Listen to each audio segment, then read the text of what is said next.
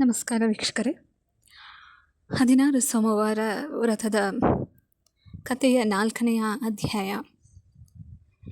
ಚಿತ್ರವರ್ಮನೆಂಬ ರಾಜನು ಹಿಂದೆ ಭರತಖಂಡವನ್ನು ಆಳುತ್ತಿರುತ್ತಾನೆ.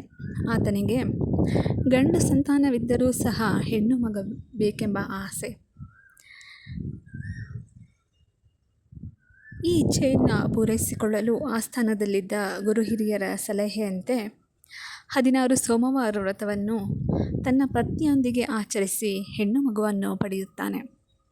ಆ ಮಗುವಿಗೆ ಸೀಮಂತಿನಿ ಅಂತ ಹೆಸರಿಟ್ಟಿರುತ್ತಾನೆ. ವ್ರತದ ಪ್ರಭಾವದಿಂದ ಪಡೆದಿದ್ದ ಆ ಶಿಶುವಿಗೆ ಜಾತಕದಲ್ಲಿ 16ನೇ ವಯಸ್ಸಿನಲ್ಲಿ ವೈದ್ಯವ ಪ್ರಾಪ್ತಿ ಎಂದಿರುತ್ತದೆ. ರಾಜನು ದುಃಖಿತನಾಗಲು ಆಪ್ತರು ಈ ಕಷ್ಟ ನಿವಾರಣೆ ಶಿವನಿಂದ ಮಾತ್ರ ಸಾಧ್ಯ ಎನ್ನುತ್ತಾರೆ. ರಾಜನು ತನ್ನ ಪುತ್ರಿಗೆ ಸಕಲ ವಿದ್ಯೆಗಳನ್ನು ಕಲಿಸ್ತಾನೆ. ಸೀಮಂತಿನಿ ಸುಂದರ ಕನ್ಯೆಯಾಗಿ ವಿಜೃಂಭಿಸುತ್ತಿರುತ್ತಾಳೆ. ನಿಷದ ರಾಜಕುಮಾರನಾದ ಚಂದ್ರಾಂಗದನೊಂದಿಗೆ ತನ್ನ ಪುತ್ರಿಯ ವಿವಾಹವನ್ನು ನಡೆಸುತ್ತಾನೆ. ತನ್ನ ಪುತ್ರಿಗೆ 16ನೇ ವಯಸ್ಸಿನಲ್ಲಿ ಒದಗಬಹುದಾದ ವೈದ್ಯವದ ಬಗ್ಗೆ ತಿಳಿಸುವುದೇ ಇಲ್ಲ. ನೂತನ ದಂಪತಿಗಳು ಕೆಲವು ಕಾಲ ಆನಂದದಿಂದ ಕಳೆಯುತ್ತಾರೆ. ಆದರೆ ಆ ಆನಂದ ಹೆಚ್ಚು ಕಾಲ ಉಳಿಯೋದೇ ಇಲ್ಲ.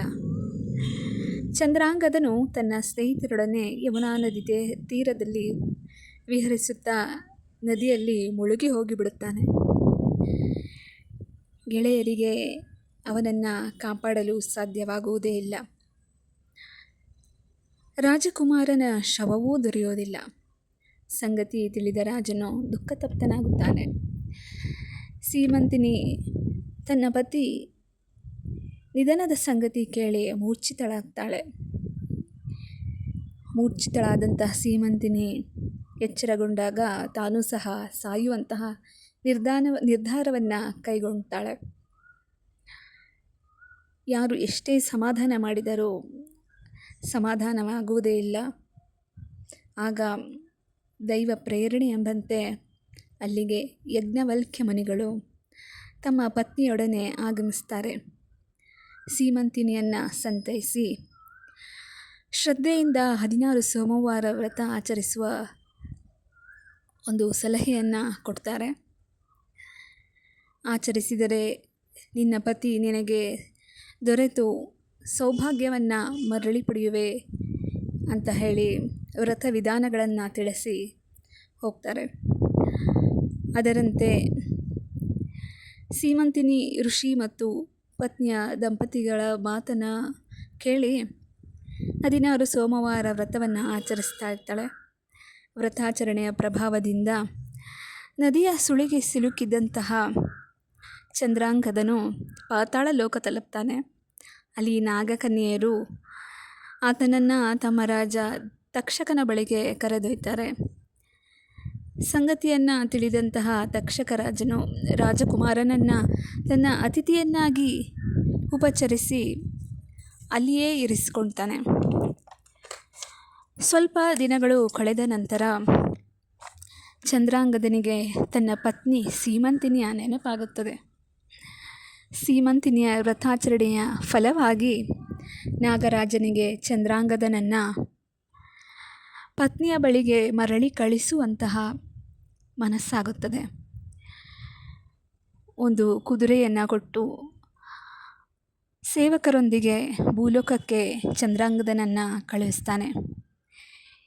ಈ ಕಡೆ ಸೀಮಂತಿನಿ 16 ಸೋಮವಾರ ವ್ರತವನ್ನು ಆಚರಿಸಿ ಶಿವಲಿಂಗದ ವಿಸರ್ಜನೆಗೆ ಯಮುನಾ ನದಿ ತೀರಕ್ಕೆ ಆಗಮಿಸ್ತಾಳೆ.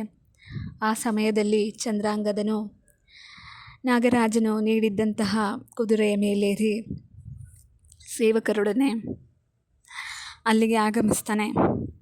ಆತನನ್ನು ಕಂಡಂತಹ ಸೀಮಂತಿನಿ ಆನಂದದಿಂದ ಆತನ ಪಾದಗಳಿಗೆರಗಿ ಆತನೊಂದಿಗೆ ಅರಮನೆಗೆ ಬರ್ತಾಳೆ. ಎಲ್ಲರೂ ಸಂತೋಷಗೊಳ್ತಾರೆ. 16 ಸೋಮವಾರ ವ್ರತ ಮಹಿಮೆಯನ್ನು ಎಲ್ಲರೂ ಕೊಂಡಾಡಿ ಈ ರಾಜ ದಂಪತಿಗಳು ತಮ್ಮ ಜೀವಮಾನ ಕಾಲದಲ್ಲಿ ಈ ವ್ರತವನ್ನು ಮತ್ತೆ ಮತ್ತೆ ಆಚರಿಸಿ ಕೊನೆಗೆ ಶಿವನ ಲೋಕವನ್ನು ಸೇರ್ತಾರೆ. ಇದೇ ರೀತಿ ವೀಕ್ಷಕರೇ, ನೀವು ಈ ವ್ರತವನ್ನು ಆಚರಿಸಬೇಕು ಅಂತ ಇದ್ದೀರೋ ಅಥವಾ ಆಚರಿಸಿದ್ದರೆ ನಿಮಗೆ ಯಾವ ರೀತಿಯ ಫಲ ದೊರಕಿತು, ನಿಮ್ಮ ಅನುಭವ ಹೇಗಿತ್ತು ಅಂತ ಹೇಳಿ ಕಮೆಂಟ್ ಬಾಕ್ಸ್ನಲ್ಲಿ ತಿಳಿಸುವುದನ್ನು ಮರಿಬೇಡಿ. ನಮಸ್ಕಾರ.